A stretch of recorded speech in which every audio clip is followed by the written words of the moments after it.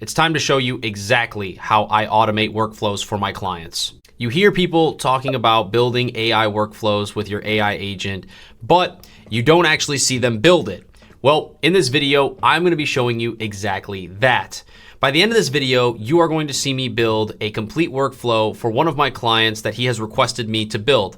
And so if you stay until the end, you're going to see exactly how I build it, and you're going to get a key piece of information that is crucial. So you're not going to want to miss this, and you're going to want to stay till the end.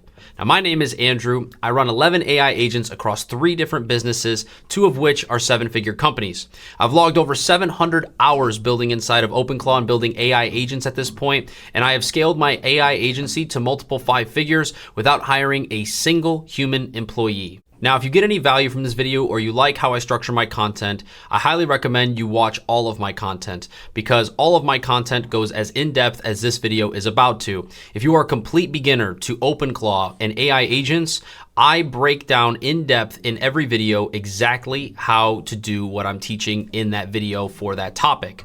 Complete in depth, not overviews, not run this prompt and it'll work. No.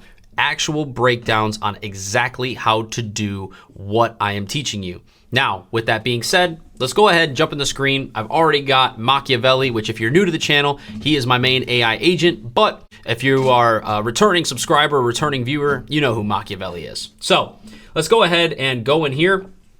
As you can see, we are sitting in here right now, and I pretty much kind of started the prompt already, and I said, okay, we're gonna go ahead and build out a complete new workflow in Skill.md for Victor. Victor is my front-end agent for one of my clients. And it is going to be something similar to what we have previously built when it comes to telling us how many sales calls John has every day and give a forecast for the next 3 days. And again, John is the sales guy in this company, so just give you context there. But this time we are going to do it for contracts signed. Now, I should have also put contracts sent because that's another thing, but nonetheless, we are going to be building a workflow that simply runs every Friday and sends a message at 7 p.m. Central Standard Time.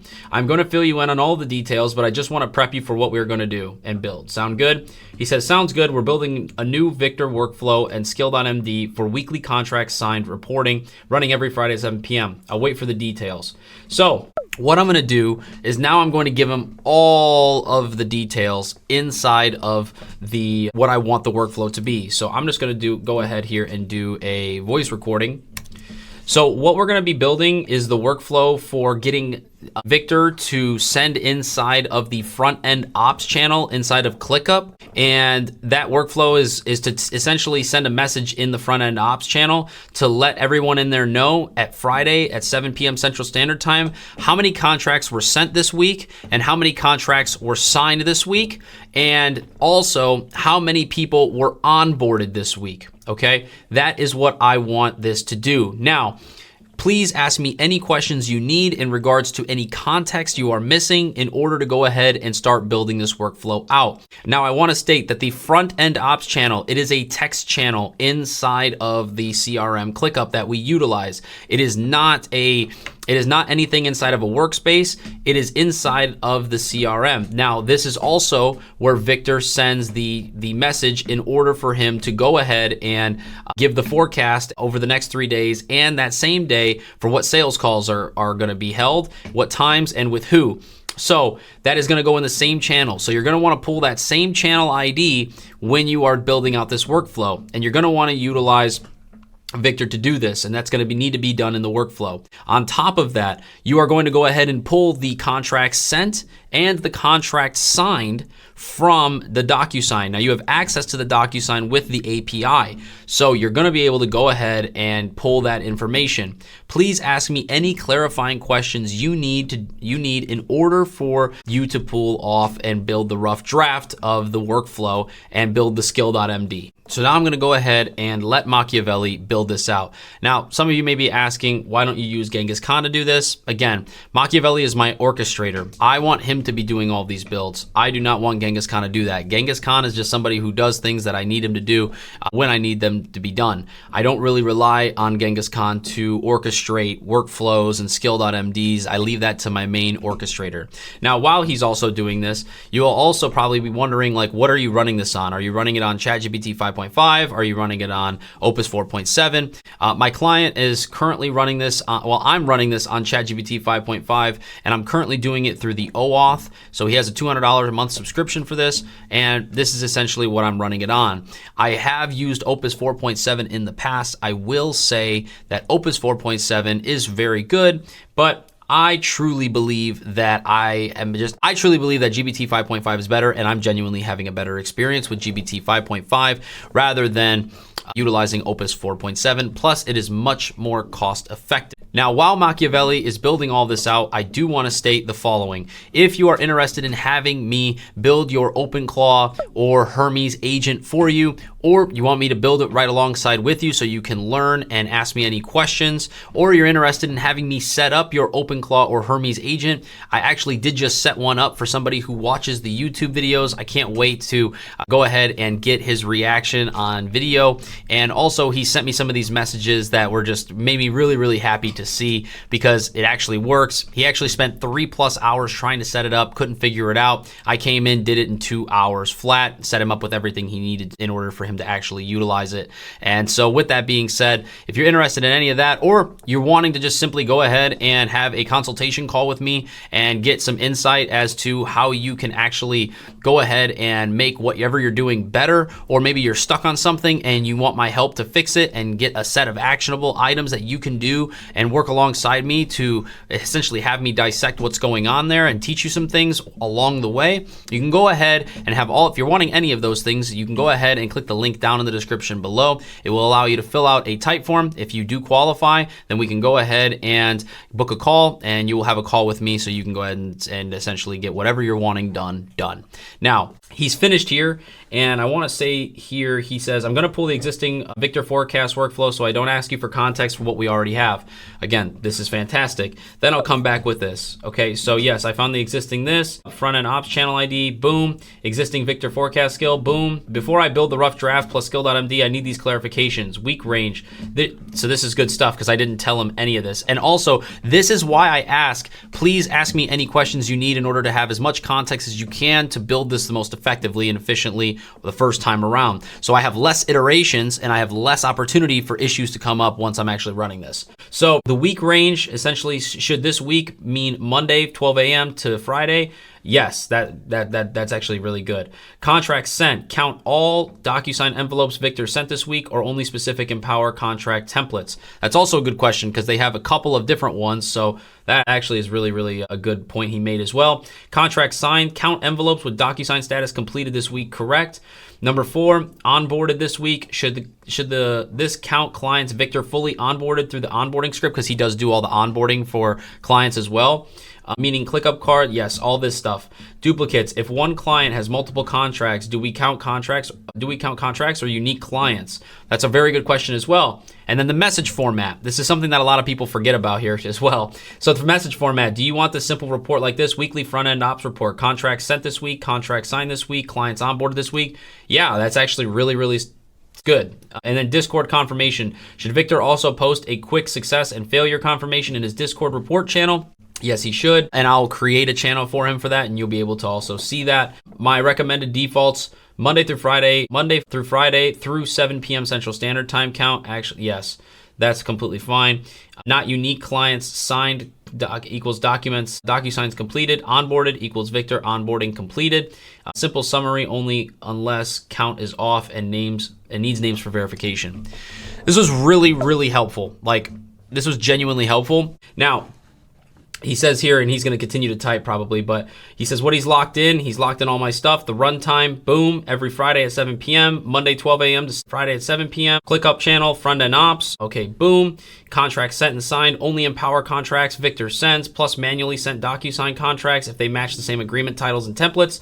The onboarding section is also good. Counting unique clients only. Report format is the 3 line simple count, and the Discord confirmation. So I'm also having Machiavelli create the Discord channel for me. I'm not doing that. He's gonna create the channel for me. He's gonna put the team of agents that actually is within Empowers my client. It's the name of the business. So now he comes back with only 2 clarifying questions. For unique client, should I dedupe primarily by client email with normalized name as a fallback?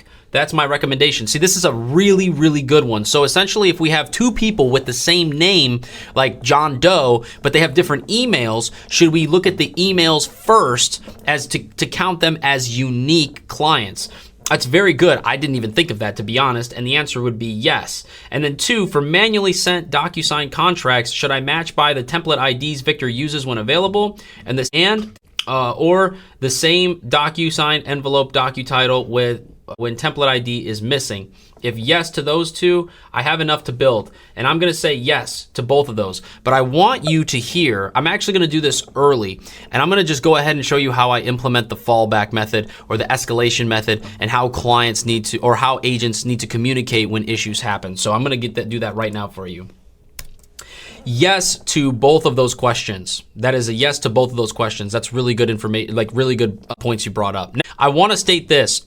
Inside of the workflow and the skill.md, you need to put in there that if the workflow does not work or breaks at any step in the workflow's process, you need to put inside of there that if that happens, that Victor needs to escalate the issue inside of the Agents Escalations Discord channel and tag Nicola and give him context and let him know what broke and to fix it, and to report back when Nicola is done fixing the issue. And then once Nicola reports back that the issue is fixed, Victor is not going to skip that step. Victor is going to stop the process, and he is going to wait until Nicola responds with the fix and then pick up where it broke. And he needs to retry the step that broke that caused him to escalate to Nicola. And once Nicola has fixed it, he can then retry that same step. If that step is still broken, then Victor needs to go back to Agent Escalations Discord channel and again, mention Nicola in the message stating that it is still broken and it is not working. And then that cycle repeats until Nicola fixes the issue, and then Victor can move forward. And until Victor can move forward from the step that roadblocked him and stopped his process in the first place, he is not to move forward until that is done. Please ask me any clarifying questions that you have regarding this escalation setup that I am creating with you in order for you to have full context to do the final first iteration of the build out. So you see how specific I am. I need you to understand that specificity is extremely, extremely important. If you are not specific, if you are not detailed, if you are leaving things up for guess, then they're gonna just try and guess. But you need to be very descriptive, detailed, and concise with what you are saying to the agent and what you are wanting the agent to do. It is very important. This is where a lot of people get it wrong, right? Because if anything, if I didn't say, oh, okay, well, Victor needs to stop and wait until Nicola fixes the issue and then retry, who knows what would have happened. He may have just continued and thought it was good, right? And never would have retried that step that broke in the first place. So this is extremely important, and you have to be descriptive, and you have to think of this. And then again, the things you can't think of, just ask your agent to bring up the things that, you know, could potentially come up, or ask any clarifying questions as I have, and you've seen it's brought up very good points, right? So it says, yes, the escalation loop is clear. I'm going to verify the existing Discord ID so we bake it in correctly instead of relying on memory. Bingo. Yes, that escalation setup is clear and I found the IDs. Agent escalations channel thing, boom, done. Nicola bot user mentioned, good. I only have one real clarifying question before I build the final first iteration. When this Friday workflow breaks and Victor escalates to Nicola, should Victor also post the failure into the weekly contracts report Discord channel, or should failure reporting only go to the agent's escalation? This is a really good question, and I want it to only go into the agent's escalations channel until Nicola fixes it. And the reason being is because I want the reports channel to be just reports. I want to just make sure the reports are done. That's the main thing. My recommendation is both. I'm not going to do that because I don't want the channel for the weekly contract sent report to be like like cluttered with a bunch of stuff if that happens. That just drives me nuts. I really don't like it.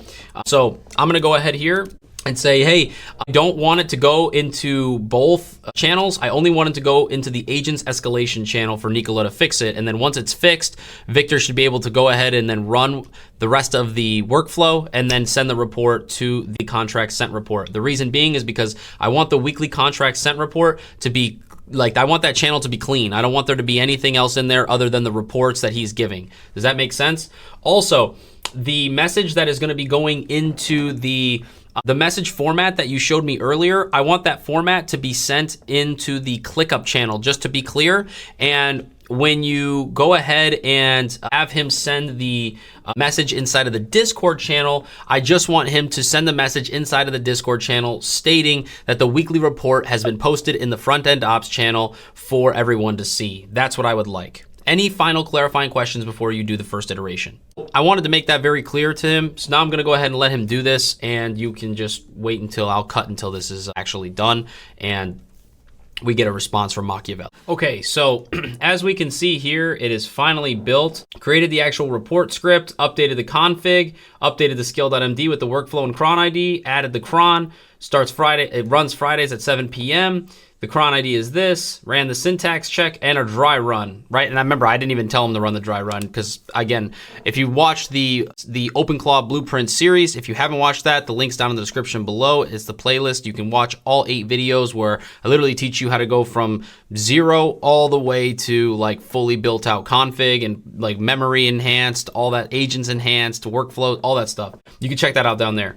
Now, this is what the dry run output looked like currently. So as you can see here, 0 contracts sent, 0 signed, and 1 client onboarded this week. So that's good.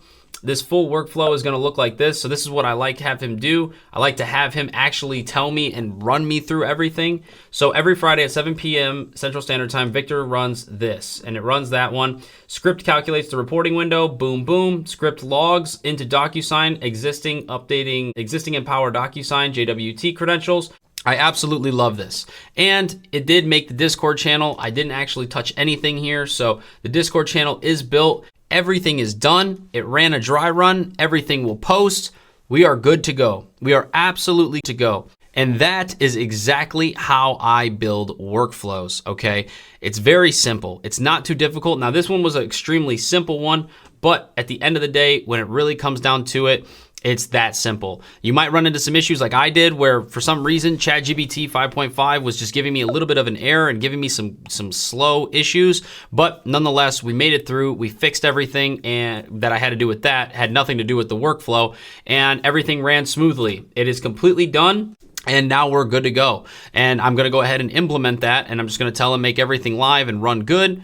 And we're done here. So with that being said, guys, I hope you enjoyed. That is how you can see me now. That is how you build workflows. That is how I build out my workflows. And that one was again, it was a relatively much more simple one, but nonetheless, if you guys like this video, go ahead and smash the like button. Let me know in the comment section that you actually genuinely thought that this was helpful for you. I am going to be posting more in-depth, intricate, advanced level OpenClaw and Hermes agent content. So if you are interested in that, subscribe to the channel, hit the bell notification. That way you never miss a video. And when I drop them on Monday, Wednesday, Friday at 8 a.m. Central Standard Time. Also, if you are interested in having me set up OpenClaw or Hermes agent for you, completely done for you, or you're wanting me to do a completely done for you or a done with you AI agent build or a workflow build out like this, and or you're wanting to just have me consult you on what you're currently working on, what you've currently built, and maybe you're stuck on something and you want me to come in and help you out and give you some guidance and give you some actionables that you can walk away with, or just troubleshoot it live with you and fix it while we're on that call, you can go ahead and click the link down in the description below. It will take you to a type form. You fill that type form out, and you will, if you do qualify, you can go ahead and book a call with me there, and I will see you on that call. Nonetheless, I hope you guys enjoyed, and I will see you in the next video.